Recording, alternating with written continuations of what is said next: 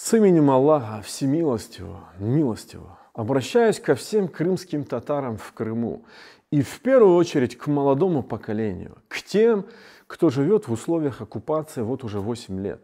Каждому крымскому татарину, в жилах которого течет кровь великих воинов, борцов за правду и справедливость. 8 лет тому назад на митинге 18 мая я осмелился предположить, что как пророк, мир ему, освободил Мекку спустя 8 лет после хиджры, то есть переселения, так и мы по воле Всевышнего освободим Крым.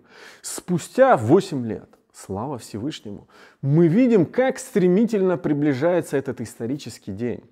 За эти 8 лет мы пережили многое: коварные похищения и убийства, обыски, огульные обвинения и дикие сроки заключения, слезы детей, матерей, все это продолжается. Уверен, что для подавляющего большинства крымских татар, настоящих крымских татар, Россия — это государство, исторически уничтожающее наш народ.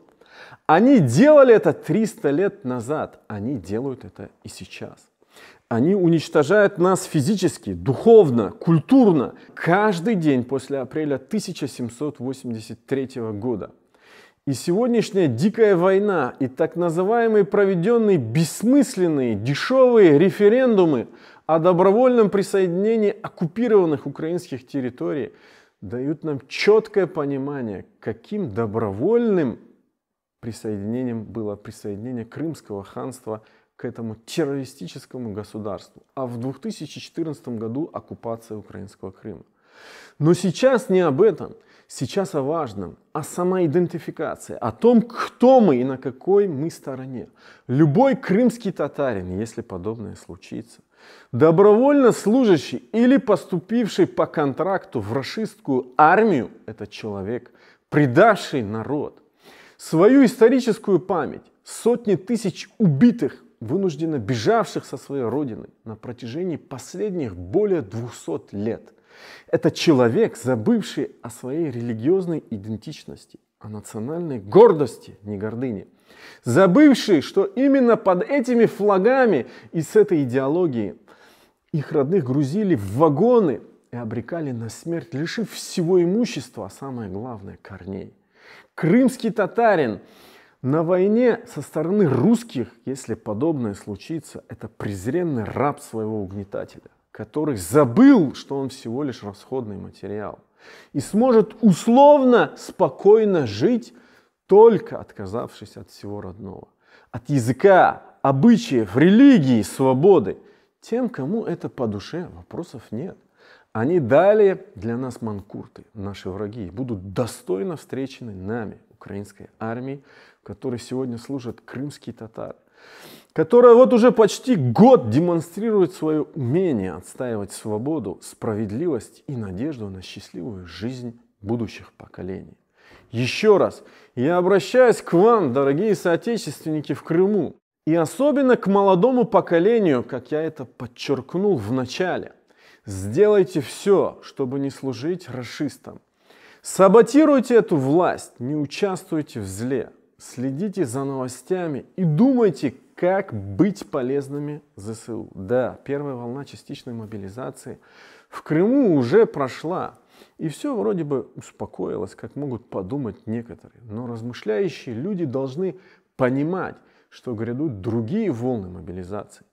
Поэтому необходимо готовиться к тому, что будет новая волна мобилизации, а следовательно чистка по этнически религиозному признаку неблагонадежных групп населения, которых будут использовать как пушечное мясо в этой дикой войне. Надо готовиться к тому, что будут все больше и больше учащаться случаи курения и нарушения правил безопасности, взрывы на оружейных складах, аэродромах, военных частях в оккупированном Крыму. Надо готовиться к тому, что начнется хаос и партизанская война. Надо быть готовыми ко всему этому морально, психологически, физически. После воли Всевышнего от вас в огромной мере зависит, как быстро Украина вернется в наш родной Крым. И как быстро мы начнем жить свободно на родной земле. 8 лет мы боролись против зла. Я уверен, что настоящие крымские татары не дадут себя вовлечь в эту мерзость, в это зло, лицемерие и неверие, коим является российская армия. Не слушайте обслугу оккупанта, даже если она говорит на родном языке. И кажется, что от нас, даже если она призывает на службу в российской армии, молится, благословляет и носит чалму, она ничего общего уже не имеет с нашим народом. Аналогия кадыровцев, она не просто совершает гнусный и мерзостный поступок, она что ни на есть олицетворение предательства, коварства, лицемерия, сопряженного с неверием. Она прямиком прокладывает себе дорогу в ад своими публичными действиями. Час быть словом и делом на стороне правды и справедливости. Помните, правда всегда побеждает. Ведь одно из величайших имен Всевышнего – Аль-Хак – истина, истины. И мы по воле Всевышнего обязательно победим, иншаллах.